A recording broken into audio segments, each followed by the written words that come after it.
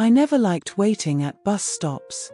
Not because of the buses, but because of the waiting. Waiting gives memories time to speak. That morning, the air was cool. The kind of cool that makes you pull your shawl closer, even when you are not cold. I stood at the bus stop with my bag resting against my leg, watching cars pass as if they were in a hurry to be somewhere important. I was not in a hurry. At my age, nothing feels urgent anymore. Only necessary.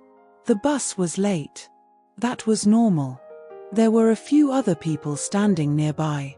A young couple whispering. An old man staring at the road. And then there was her. She was already sitting on the bench when I arrived. At first, I did not notice her. People blur together at bus stops. But something about her posture caught my attention. She sat very straight. Hands folded in her lap. Eyes forward. Waiting, but not distracted. I looked away. Moments later, I felt it. That feeling you get when someone is looking at you. Not staring. Not rudely. Just looking. I turned my head. She was looking at me. Our eyes met. She smiled. Not a wide smile. A small one. Polite. Almost familiar. I nodded slightly and looked away. That should have been the end of it. But then she spoke. Good morning, Farah. My name. I froze. For a second, I wondered if she was speaking to someone else. I looked around. No one moved. She was still looking at me. Yes. I asked carefully. She tilted her head slightly, studying my face. It's been a long time, she said. My heart began to beat faster. I'm sorry, I said. I think you have the wrong person. She smiled again. I don't, she replied softly. You still walk the same way. Slightly leaning to the left. That sentence did something to me. Because it was true. I had leaned that way ever since the accident. An accident no one at this bus stop should know about. I felt my throat tighten. I don't know you, I said. She nodded. I know, she said. But I know you. I stepped back slightly. People at the bus stop continued their conversations. Life moved. But my world narrowed to her voice. Who are you? I asked. She patted the empty space beside her on the bench. Sit, she said gently. The bus isn't coming yet. I should have walked away. Every sensible part of me said to leave. But curiosity has a quiet strength. And fear, sometimes, freezes instead of runs. I sat down.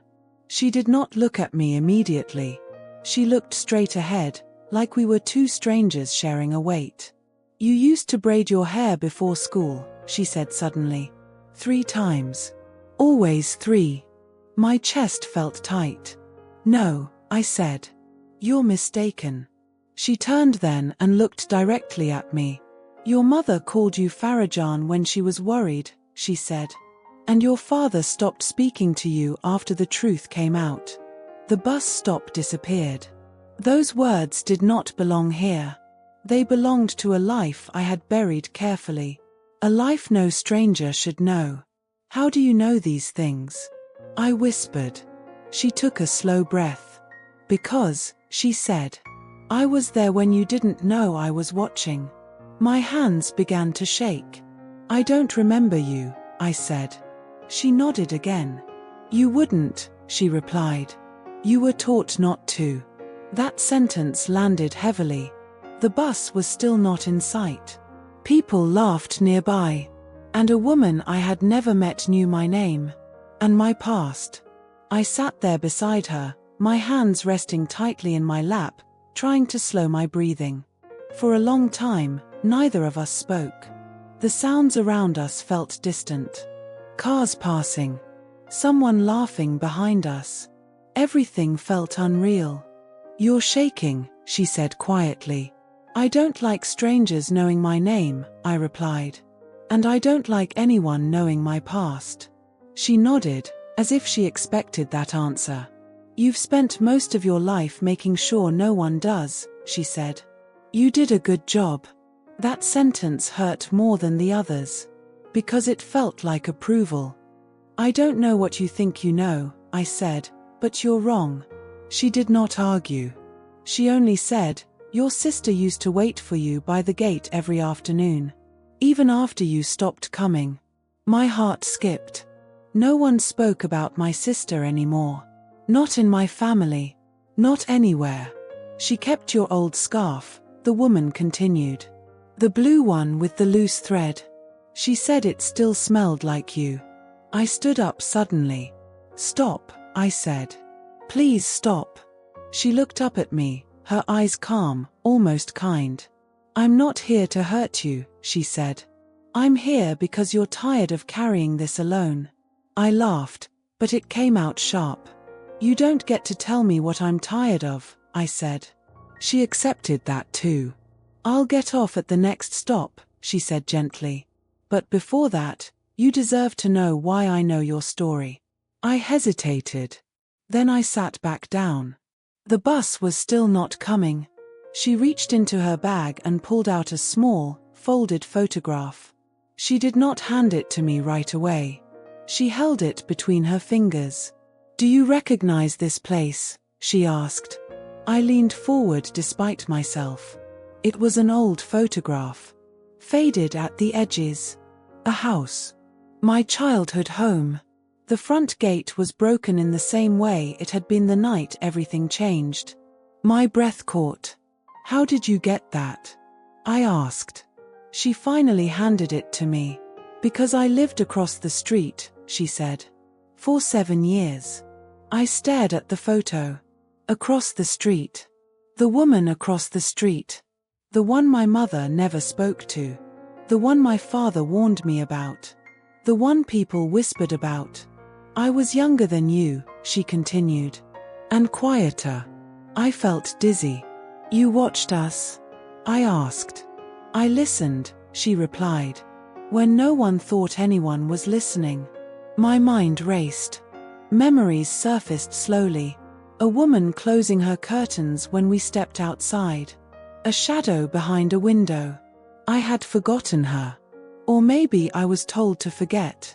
Why now? I asked. Why talk to me now? She looked down at her hands. Because I didn't speak when it mattered, she said. And I've carried that silence longer than you've carried yours. Her voice changed slightly then. Not dramatic. Just heavy. What do you want from me? I asked. Nothing, she said. I don't want forgiveness. I don't even expect you to listen. She paused. But your past doesn't belong only to the people who silenced you. That sentence felt dangerous. My past was something I survived by not touching. You don't know what you're asking, I said. She met my eyes again. I know exactly, she replied. Because I watched them blame you for what they hid. The bus finally appeared at the end of the road. Its headlights grew closer. I'm getting off at the next stop, she repeated. But if you ever want the truth, not the version you were given, I'll be there. She stood up as the bus pulled in. The doors opened. People stepped on. Before she stepped inside, she turned back to me. You didn't ruin your family, she said softly. They were already broken. You were just honest. The doors closed. The bus drove away. And I was left standing at the bus stop, holding a photograph of the house I ran from, and realizing someone else remembered everything I was taught to forget. I stood there long after the bus disappeared, the photograph still trembling in my hand. The road looked the same as it always had. Dusty. Ordinary. But nothing felt ordinary anymore.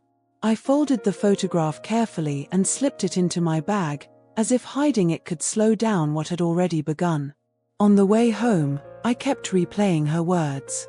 You didn't ruin your family. They were already broken. That sentence followed me like a shadow. For years, I had believed the opposite. That I was the crack. The mistake. The reason everything fell apart.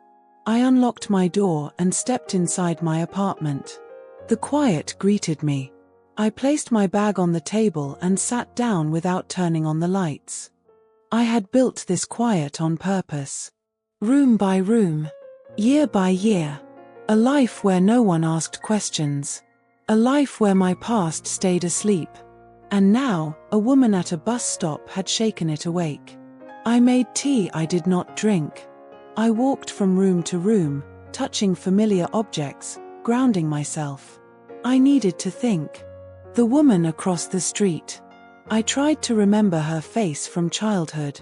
There were fragments. A curtain moving. A gate opening quietly. A presence that felt watchful, not threatening. My mother used to close the windows whenever that woman stepped outside. She listens too much, my mother would say. My father's voice was sharper. Stay away from that side, he warned. Nothing good comes from people who watch instead of live. At the time, I accepted those words without question. Children always do. But now, decades later, those warnings felt less like protection and more like fear. Fear of being seen. That night, I slept poorly. Dreams came in pieces. My sister standing at the gate. My mother crying in the kitchen. My father's back turned to me.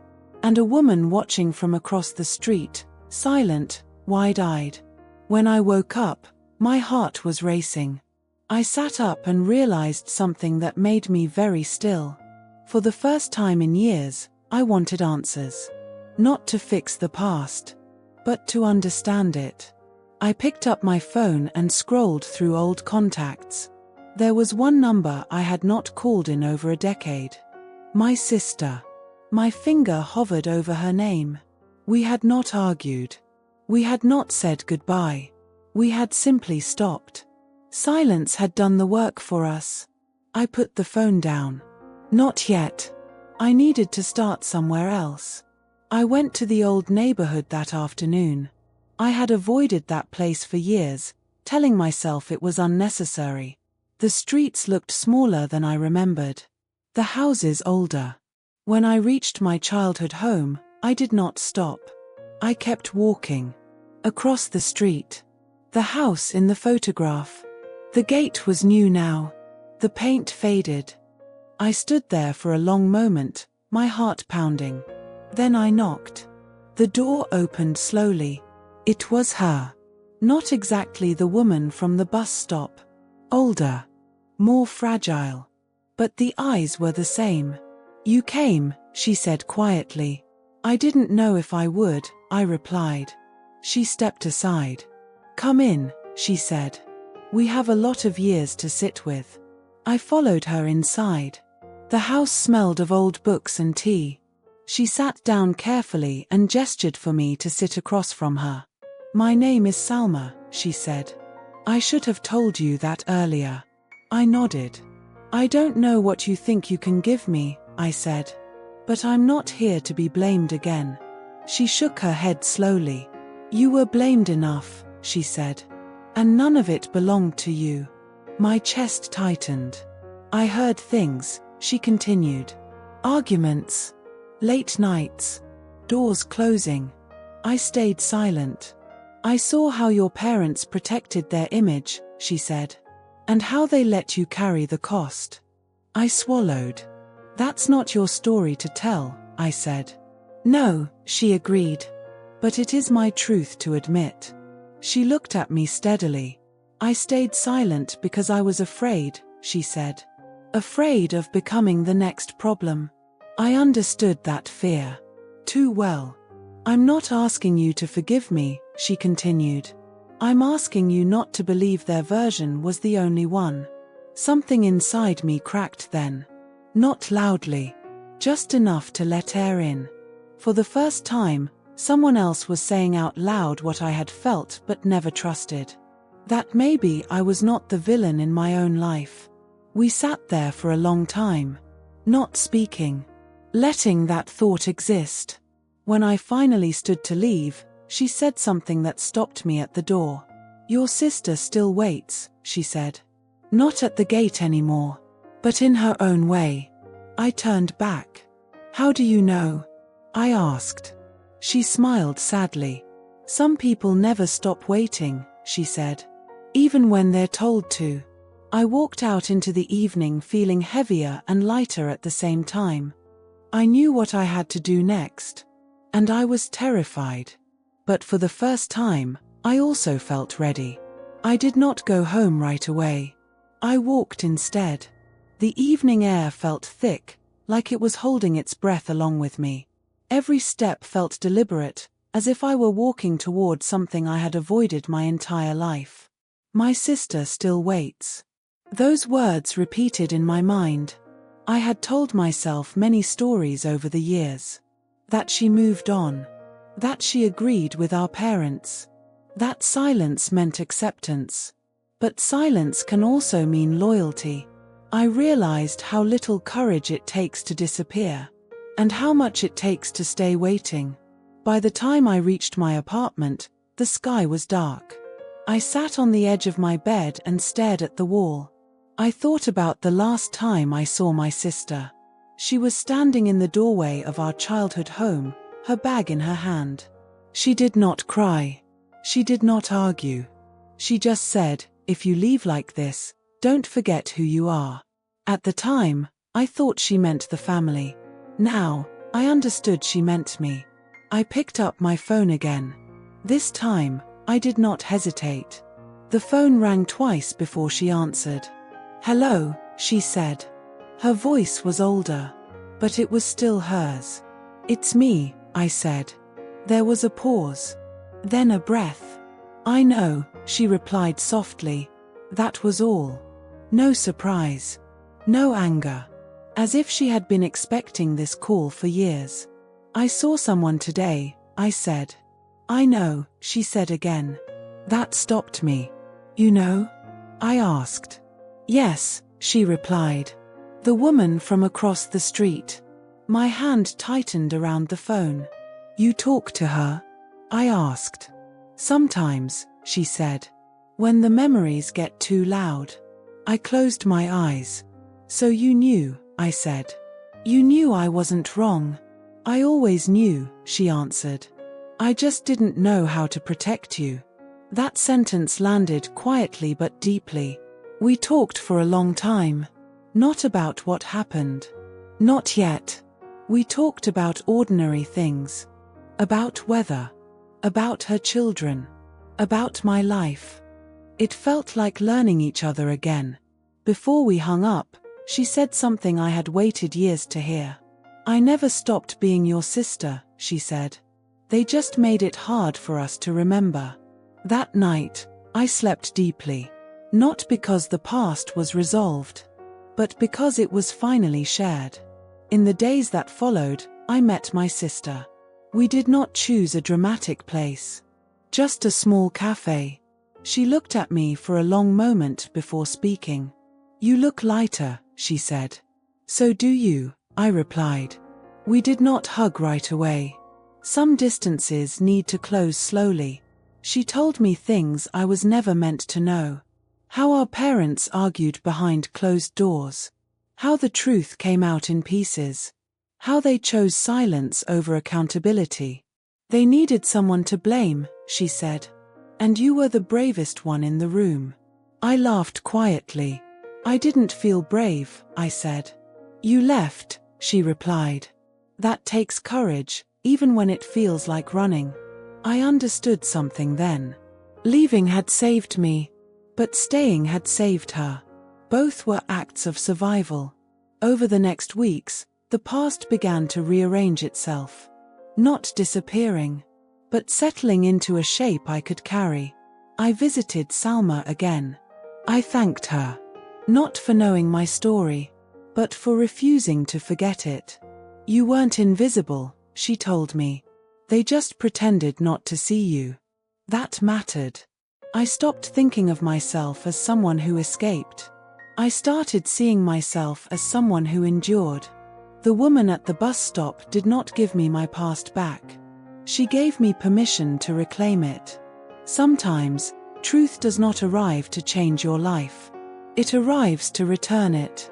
And sometimes, it waits at a bus stop, until you are finally ready to hear your own name spoken without shame. After that meeting with my sister, something inside me settled. Not everything. Not all at once. But enough. Enough for me to stop waking up with a tight chest. Enough for me to stop rehearsing old conversations in my head. We began meeting regularly. Not to talk about the past every time. Sometimes just to sit. Silence felt different with her. It was not heavy. It was shared. She told me how she stayed in the house longer than she wanted to. How she tried to protect me by staying close to our parents. How every time my name came up, the room changed. They were afraid of the truth, she said. Because it didn't make them look good. I nodded. I had spent years thinking truth was dangerous. Now I saw something else. Truth was uncomfortable. And discomfort scared them more than lies ever did. One afternoon, my sister brought out an old box. She placed it on the table between us. I kept these, she said. In case you ever came back. Inside were small things. A notebook. A ribbon. A photograph of us as children, standing too close to the camera. I touched each item carefully. Not with sadness. With recognition. This was proof that I had existed. That I had been loved. I realized how powerful it is to be remembered correctly. As weeks passed, my visits to the old neighborhood became less painful. The streets no longer felt like accusations. They felt like witnesses. They had seen what happened. They had simply been quiet about it. I stopped avoiding mirrors. I looked at myself fully now. Not searching for blame. Not searching for approval. Just seeing. I noticed how my shoulders relaxed. How my voice softened. I no longer felt like I had to defend my presence in the world. Salma and I spoke often. Sometimes about the past. Sometimes about nothing important. She did not dramatize anything. She did not exaggerate. She simply confirmed what my instincts had always told me. You were not wrong, she said once. You were inconvenient. That sentence stayed with me. I thought about how many people confuse inconvenience with guilt. I thought about how often the truth is silenced because it asks too much from those who hear it. I no longer needed my parents to admit anything. Their silence had already spoken. Understanding that freed me more than any apology could have. I stopped asking why they chose the version of the story they did. People choose the stories that allow them to sleep at night. I began to sleep better too. Not because I had answers. But because I trusted myself again. Trust changes everything. It changes how you breathe. How you listen. How you remember. I noticed how my life expanded in small ways. I laughed more easily. I stayed present in conversations. I no longer felt the need to disappear. One day, standing at the same bus stop, I waited again. This time, I was not nervous. I stood with my bag resting against my leg, watching cars pass. I thought about how that place had shifted my life. Not because it gave me new information, but because it gave me permission. Permission to believe myself. When the bus arrived, I stepped on calmly. I took a seat by the window. As the city moved past me, I realized something quietly profound. My past no longer followed me like a shadow. It walked beside me, and for the first time, I did not feel alone in it. There are moments in life when a single conversation changes how you see yourself forever. For me, it was a woman at a bus stop who knew my name, and my past, and chose not to look away. After that day, I stopped thinking of my past as something that chased me. It no longer felt like a threat hiding behind corners. It felt like a story that had finally found its place. I noticed how differently people responded to me now. Not because they knew what I had lived through, but because I no longer carried myself like someone who needed permission to exist. Confidence did not arrive loudly. It arrived quietly, in the way I held my shoulders, in the way I met someone's eyes without flinching. My sister and I grew closer in ways I never imagined. We did not try to replace lost years. We did not rush intimacy. We allowed ourselves to grow familiar again. Sometimes we laughed about small memories. Sometimes we sat quietly, letting shared history breathe between us. She told me once, "I used to practice conversations with you in my head." I smiled. So did I admitted. Those imaginary conversations had kept us connected when reality could not. I realized then how resilient love can be, even when people are separated, even when words are forbidden. Love finds ways to stay alive. I began to visit my sister's home more often. Her children asked questions, not about the past, about me. What do you like to do? What makes you happy? What were you like when you were young? They did not ask why I was gone. Children sense where questions should stop. I answered honestly. I like quiet mornings, I told them. I like tea. I like walking. They nodded as if those were important facts. And they were. Salma remained a gentle presence in my life. We did not speak every day. But when we did, our conversations were honest. I thought silence would keep me safe, she once said. But it only kept me lonely. I understood that too. Silence protects, but it also isolates. I no longer blamed her for not speaking sooner. She had lived her own version of fear. Understanding that softened my judgment. I thought often about how many lives are shaped by what is never said. How many people grow up believing lies simply because truth felt too dangerous to voice. I wondered how different my life might have been if someone had spoken up earlier. Then I stopped wondering. The question no longer mattered. What mattered was that someone spoke now. That I listened. That I chose to act. I stopped seeing my younger self as weak. She was not weak. She was overwhelmed, unsupported, and alone. And she survived. That deserved respect. I began treating myself with the kindness I had always extended to others. When I felt tired, I rested. When memories surfaced, I acknowledged them instead of pushing them away. I no longer judged my emotions. They were messengers, not enemies. One evening, my sister and I walked past our old house together. We did not stop. We did not need to. I thought this place would always hurt, she said quietly. It doesn't, I replied. It just exists. That felt like progress. Pain loses its power when it is no longer fed by fear. I understood something important then. Healing is not about erasing the past. It is about removing its authority over your present. The woman at the bus stop did not give me answers. She gave me courage. The courage to look back without collapsing. The courage to reach out without apology. The courage to live openly. Sometimes, life changes not through dramatic events, but through a single moment of recognition. Someone sees you, says your name, refuses to deny your truth. And that is enough to begin again. Not from the start, but from where you truly are. As that courage became part of me, I noticed how gently my days began to open. Not with excitement, not with urgency, with permission. I no longer rushed through mornings. I let the light arrive on its own. I listened to the sounds outside before stepping into the day. For a long time, I lived as if time was something that could turn against me. Now, time felt like a companion.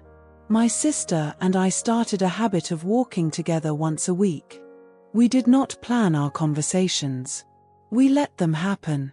Sometimes we spoke about nothing important. Sometimes we spoke about everything. One morning, she said something that surprised me. I was angry at you once, she admitted. Not because of what you did, but because you were brave enough to leave. I stopped walking. I didn't know how to leave, she continued, and I didn't know how to forgive myself for staying. That honesty felt heavy and freeing at the same time. We survived in different ways, I said. That doesn't make either of us wrong. She nodded, relief softening her face. I realized then how often anger hides grief, and how often understanding dissolves it. As weeks passed, my relationship with my parents' memory changed. I no longer replayed their words to measure my worth. I no longer argued with them in my head. They became part of my history, not my judge. That shift felt quiet, but powerful. Salma once asked me if I ever planned to confront them, even now. I already have, I said. By living honestly. She smiled. That's the bravest confrontation, she replied. I thought about how many years I had spent waiting for someone else to validate my experience. An apology. An admission. A sign that I was right. Now, I understood something deeply. Validation that arrives from within lasts longer than anything given from outside. I stopped explaining myself to people who asked careless questions.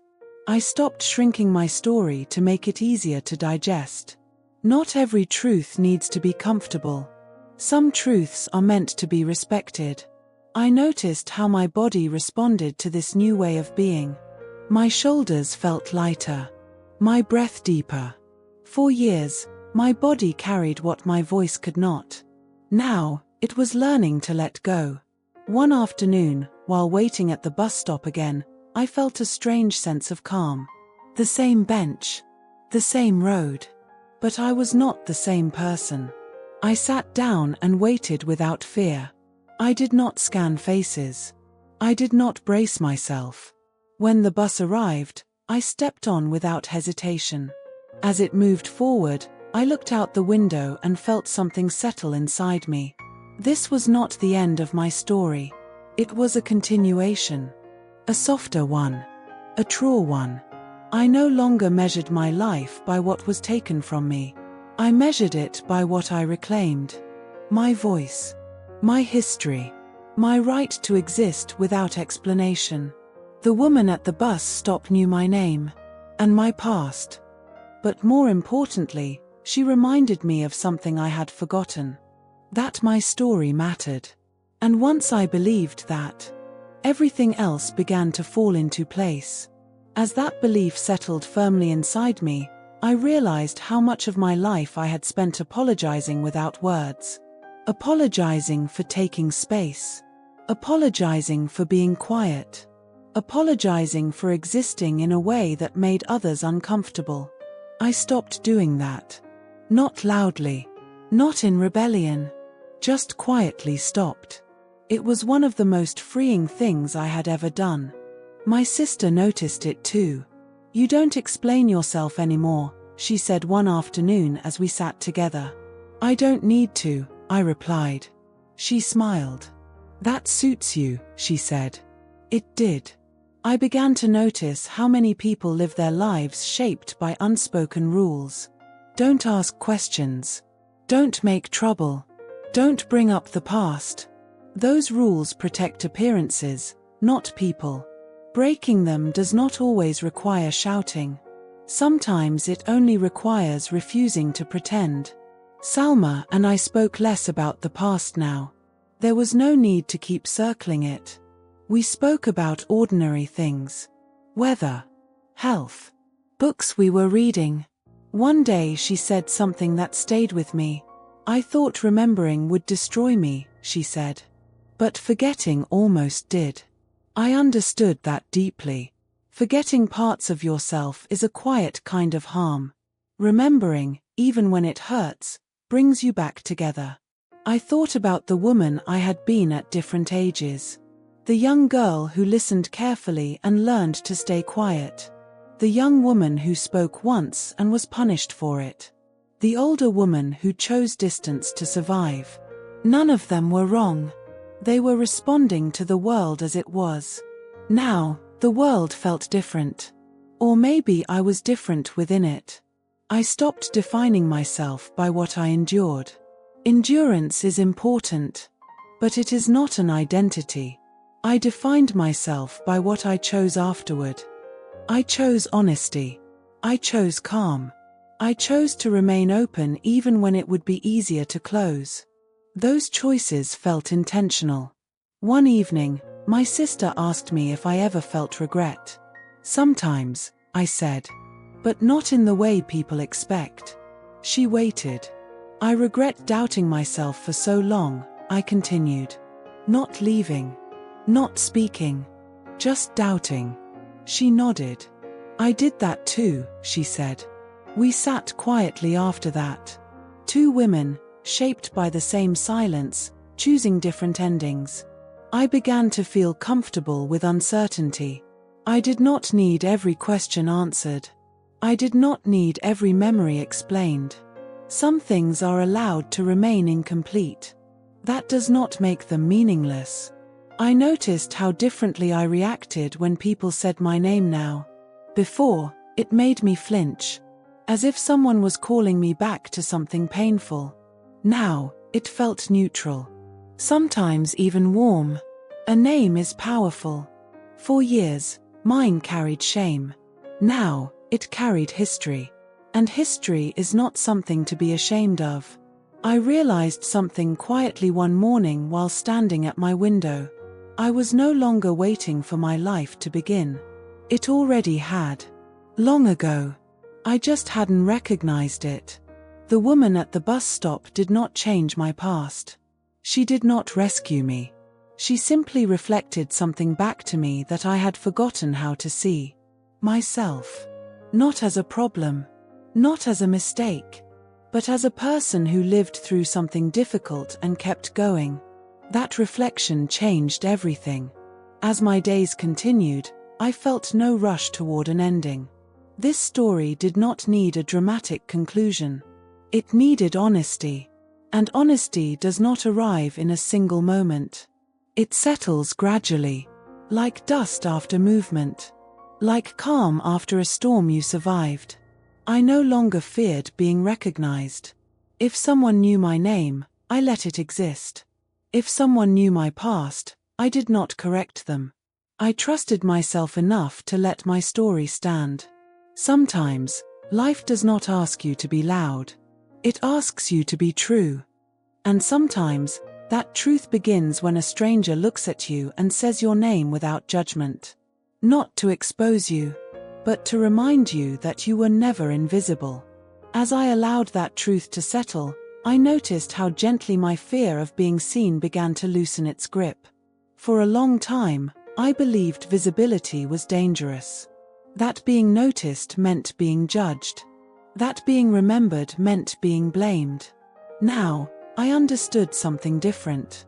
Being seen is only dangerous when the story is controlled by others. When it belongs to you, it becomes grounding. I started doing small things I once avoided. Speaking up in quiet conversations. Sharing an opinion without rehearsing it first. Letting someone misunderstand me without rushing to correct them. These were not dramatic acts. But they changed how I felt in my own body. I felt present. One afternoon, my sister and I sat together, watching people pass by outside a cafe window. "Do you ever think about how close we were to losing each other completely?" she asked. "Yes," I said. "More often than I admit." She nodded. "We didn't lose each other," she said. "We just lost time. Time can hurt. But it is not the same as loss." That distinction mattered. I thought often about how much of my life had been shaped by what others decided for me. What was acceptable? What was shameful? What should stay hidden? I did not blame myself anymore for accepting those rules. I was young. I was alone. But I no longer lived by them. Salma once told me something quietly honest. "I watched you disappear," she said.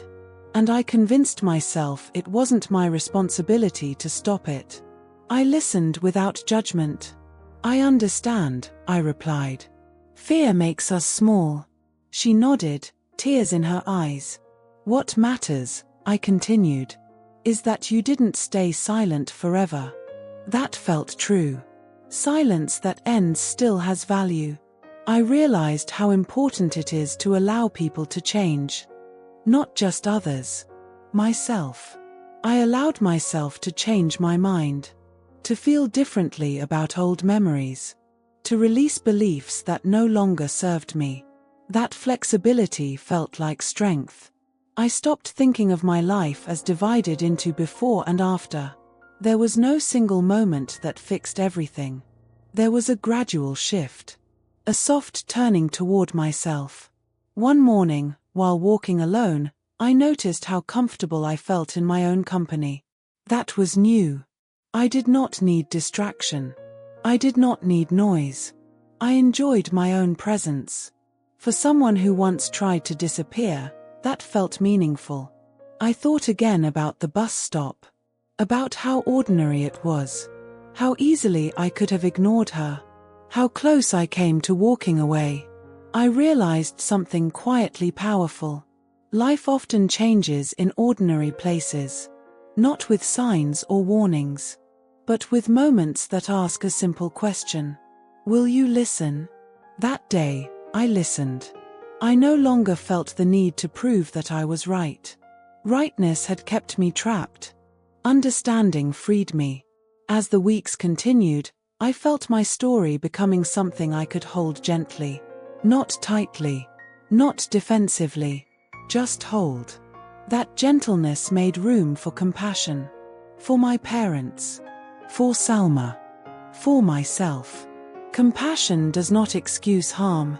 It simply refuses to let harm be the final word. I thought about how many people are walking around carrying stories they never got to finish telling. Stories interrupted by fear, by power, by silence. I wished for each of them a moment like mine. A moment of recognition. Not to reopen wounds, but to release them. I stopped waiting for closure. Closure had always felt like something promised and never delivered. Now, I understood something better. Closure is not a door that closes. It is a place you stop standing guard. I no longer guarded my past. I acknowledged it and let it rest.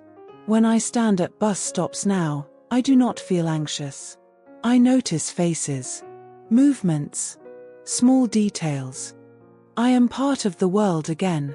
Not hiding. Not bracing. Just standing. The woman at the bus stop knew my name. And my past. But what she really gave me was a mirror. And in that mirror, I finally saw myself clearly. Not as a secret. Not as a problem.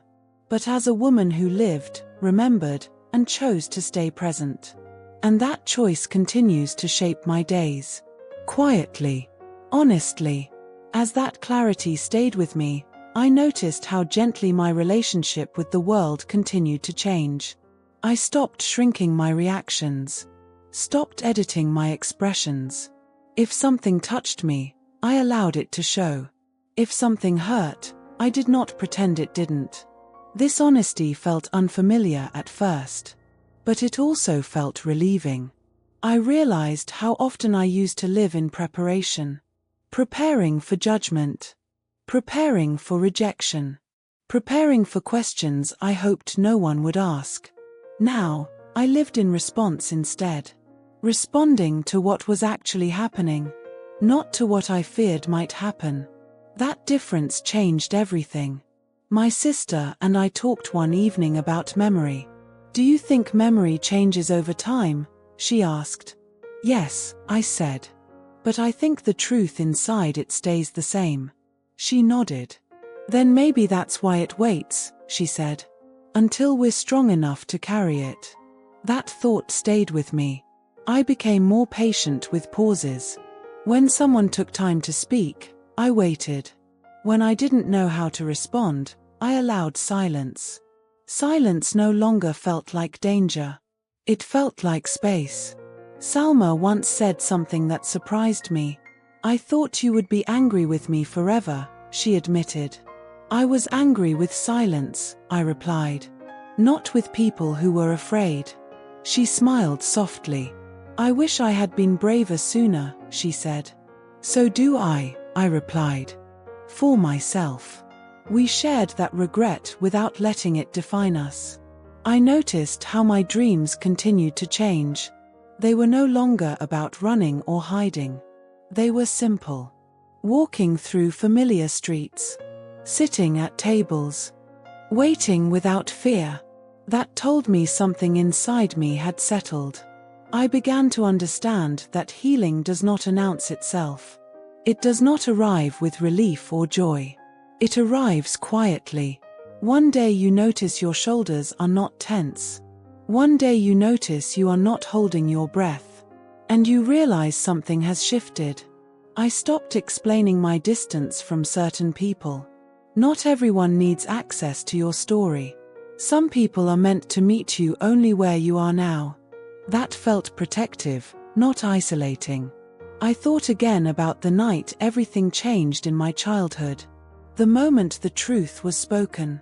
The moment it was denied. For years, that memory felt sharp. Now, it felt distant. Not erased. Just no longer cutting. I realized how much strength it took to live without validation. How much courage it took to trust yourself when everyone around you insists otherwise.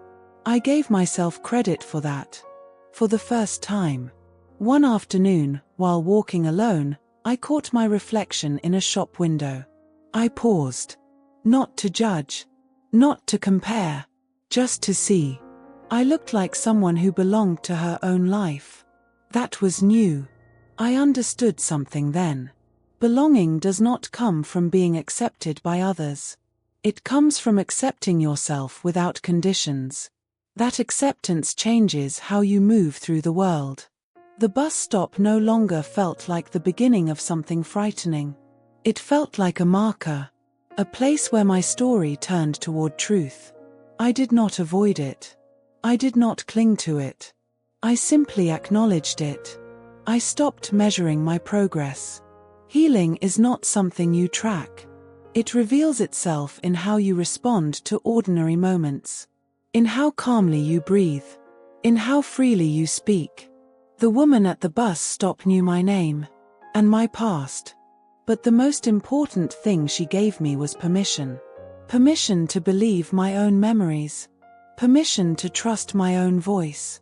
Once I accepted that, the rest of my life followed gently behind. Not rushing. Not demanding. Just continuing. As that sense of continuation became familiar, I noticed how little I thought about the moment at the bus stop itself. Not because it stopped mattering, but because it no longer needed my attention. It had done its work. I began to see that some moments are not meant to be revisited again and again. They are meant to open something. And then step aside. I felt more comfortable allowing people to know me only partially. I did not offer my whole story unless it felt right. There was power in choosing what to share. For a long time, my story had been taken from me. Now, it belonged to me. That ownership felt grounding. My sister and I continued our walks. Sometimes we spoke about our parents. Sometimes we didn't mention them at all. I noticed how neither of us spoke with anger anymore. There was sadness. There was reflection. But no bitterness. Bitterness requires energy. We had learned where we wanted to spend hours. One afternoon, she said something that made me pause. I used to think surviving meant staying quiet, she said. Now I think it means staying true. I nodded. Yes, I replied. And sometimes staying true means walking away. She smiled softly. And sometimes, she added, it means walking back. That felt like an honest summary of our lives. I stopped trying to make sense of every detail of the past. Not everything needed an explanation. Some things simply needed acknowledgement. I acknowledged the harm. I acknowledged the silence. And then I chose to move forward without carrying their weight. Salma and I spoke less frequently now, but when we did, our conversations were easy. She no longer felt like a witness. She felt like a reminder. A reminder that truth can survive even when it is ignored for a long time. I noticed how differently I reacted to conflict now. I did not panic. I did not retreat. I listened. I responded. That was new. Fear had once controlled my reactions. Now, understanding guided them. I began to notice small joys. Not dramatic ones. The sound of birds early in the morning. The comfort of familiar streets. These things grounded me in the present. I was no longer living ahead of myself or behind myself.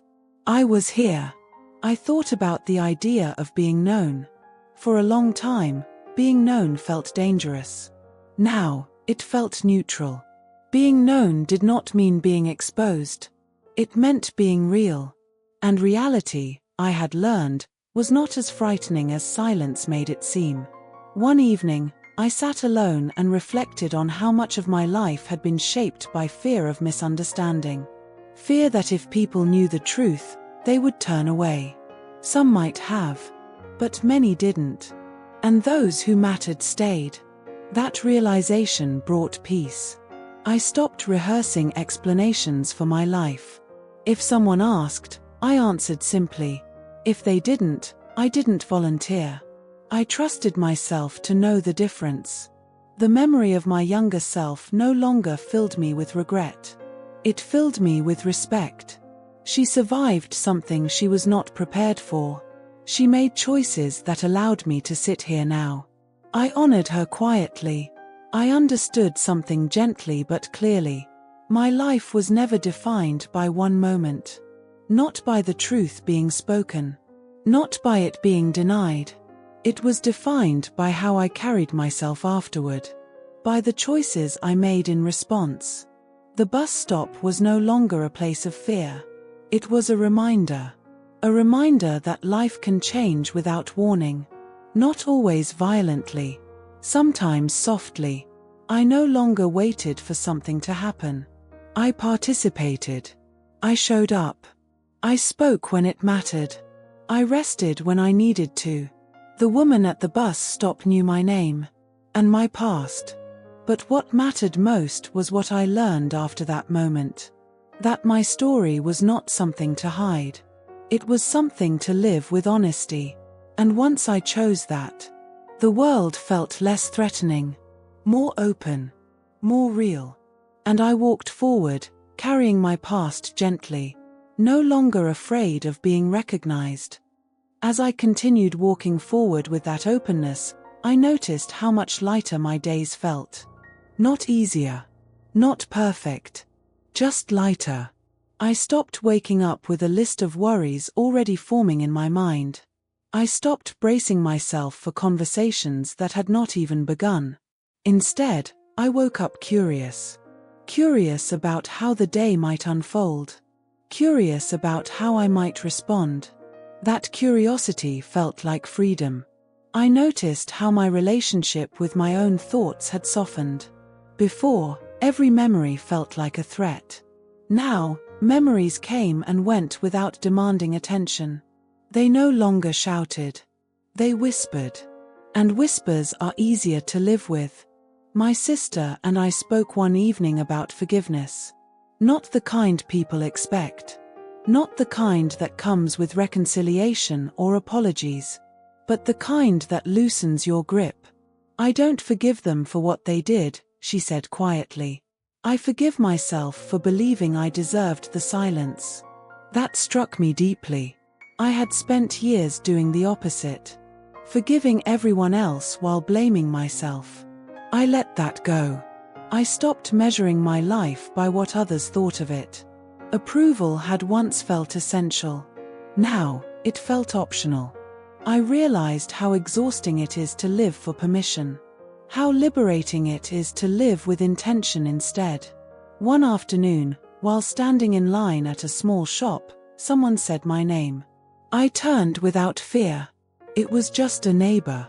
A simple interaction. But I noticed something important. My heart did not race. My body did not tense. Being recognized no longer felt dangerous. It felt ordinary.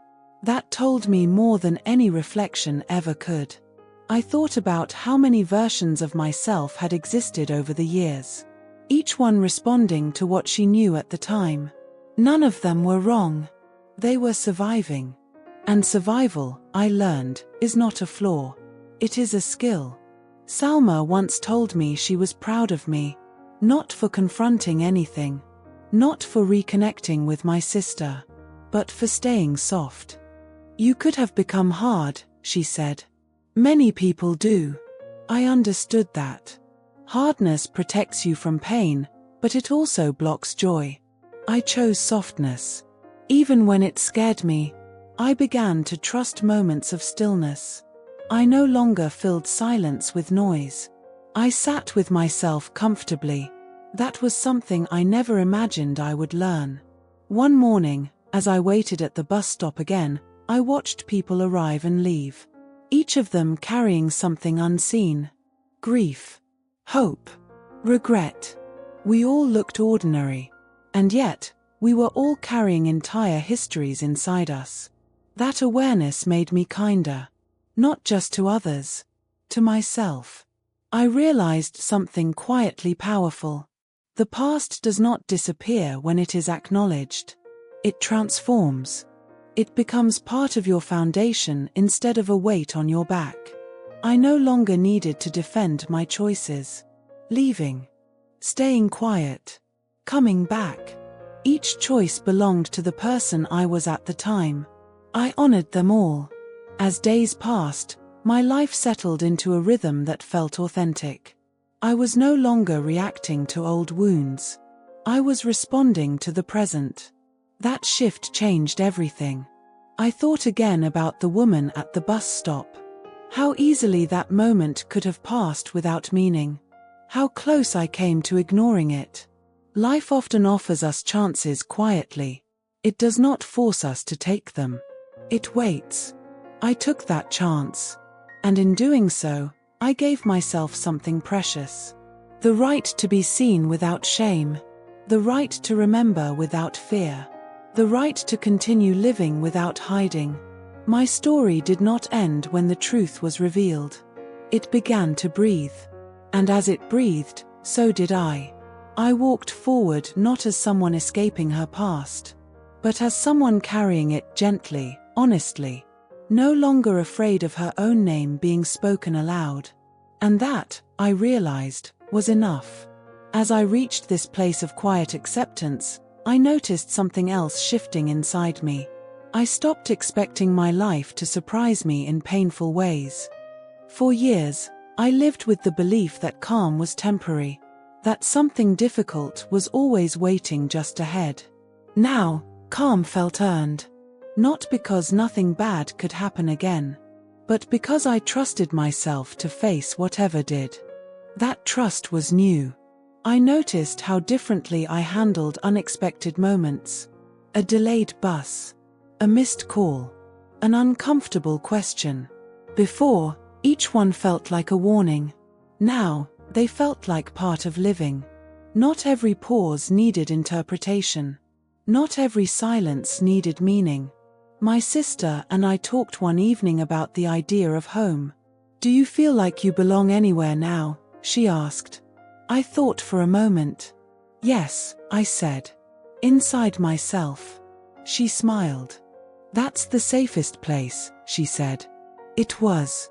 For years, I searched for belonging in approval, in silence, in distance.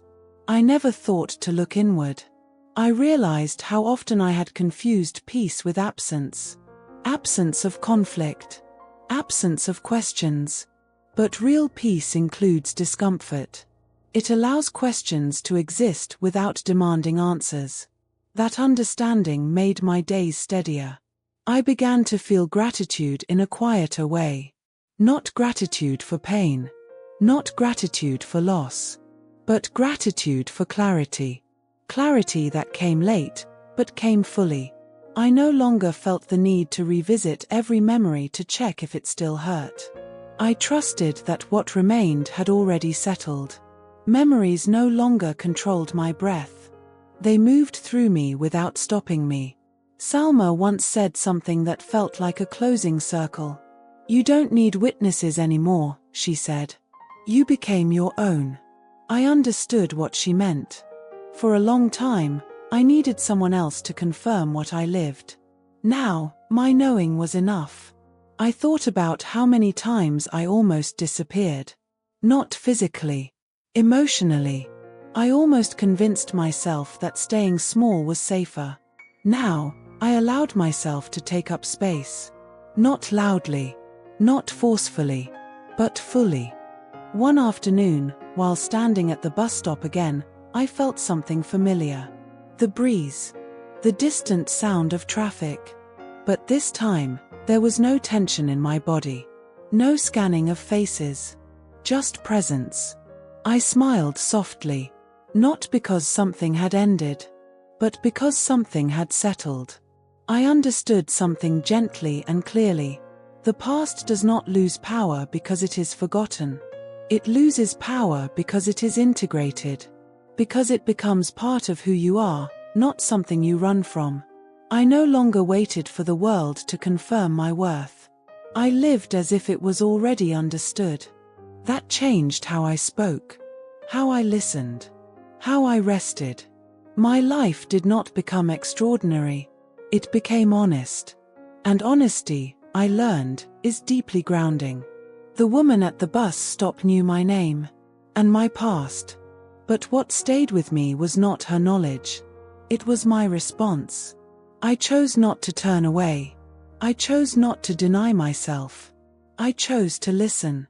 And in listening, I returned to myself. Not as someone broken, not as someone hidden, but as someone whole enough to keep going. Quietly, openly, without fear of being seen.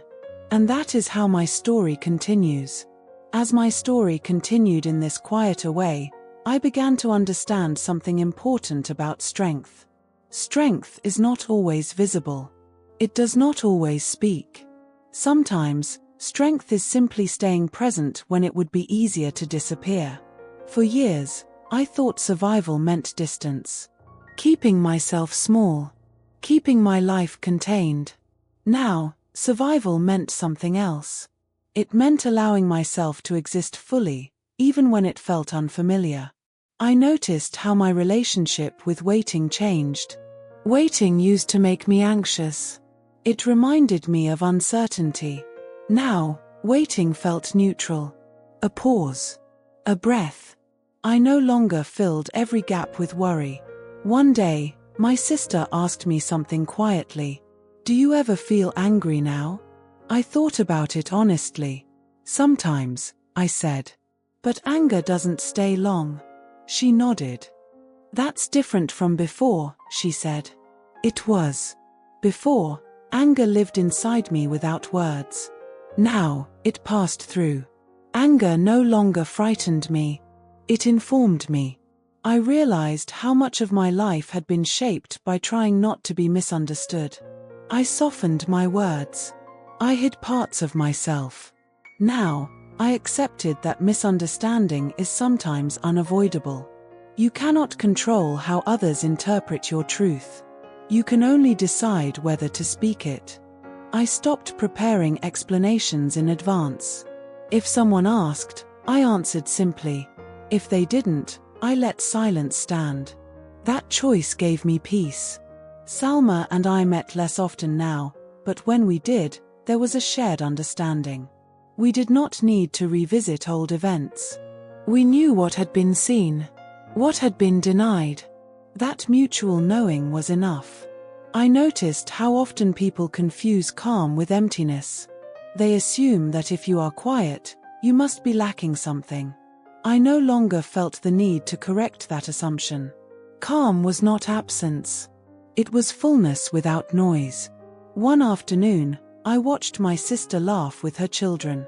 I felt something warm in my chest. Not regret. Not longing. Contentment. I was exactly where I needed to be. I stopped measuring my life against what it could have been. That comparison had only brought pain. I measured it against what it was becoming. Steady, honest, open. I realized something gently one evening. The fear that once controlled me was not gone. It had simply lost authority. Fear can exist without leading. Understanding takes the lead. When I stand at the bus stop now, I no longer think about who might recognize me. I think about where I am going. That shift feels important. The woman at the bus stop did not follow me into the rest of my life. She did not need to. Her role was brief. A reminder. A mirror. Life sometimes sends people like that. Not to stay, but to awaken. I awakened to my own voice. Not loud. Not demanding. Steady. I trust it now. My story does not feel finished. It feels lived. And that is enough for me. I continue walking forward, carrying my past with care. No longer hiding. No longer waiting for permission. Just living. One ordinary, honest day at a time. As I continued living this way, I noticed how little effort it took now to stay grounded. Before, every day felt like something to manage. My thoughts. My reactions. My history. Now, days simply arrived. And I met them as they were. I began to understand that peace is not something you achieve once and keep forever. It is something you return to. Sometimes daily. Sometimes moment by moment. And returning to it no longer felt difficult. I noticed how gently my habits changed. I drank my tea slower. I listened more than I spoke. I did not rush to fill quiet spaces. Silence had become a place I trusted. One evening, my sister and I sat together without speaking for a long time. The room was quiet. Comfortably so. At one point, she said, "We don't have to explain ourselves anymore, do we?" "No," I replied. "We already know." That mutual knowing felt like a gift. I stopped thinking of my life as something interrupted. It was not interrupted. It was redirected. That difference mattered. There were moments when memories returned unexpectedly. A smell. A familiar street. A sound. But instead of tightening, my chest stayed open. I let the memory pass through. Not clinging. Not resisting. That balance felt new. I thought often about how many people live without ever questioning the stories they are given. How many people carry blame that was never theirs. I wished for each of them a moment of recognition. Not to undo the past, but to soften it. Salma once said to me, "You seem settled now." I smiled. "I am," I said. Not because everything makes sense, but because I stopped fighting it. That felt true. I no longer searched for meaning in pain. Pain existed. It did not need to justify itself. Meaning came from how I responded.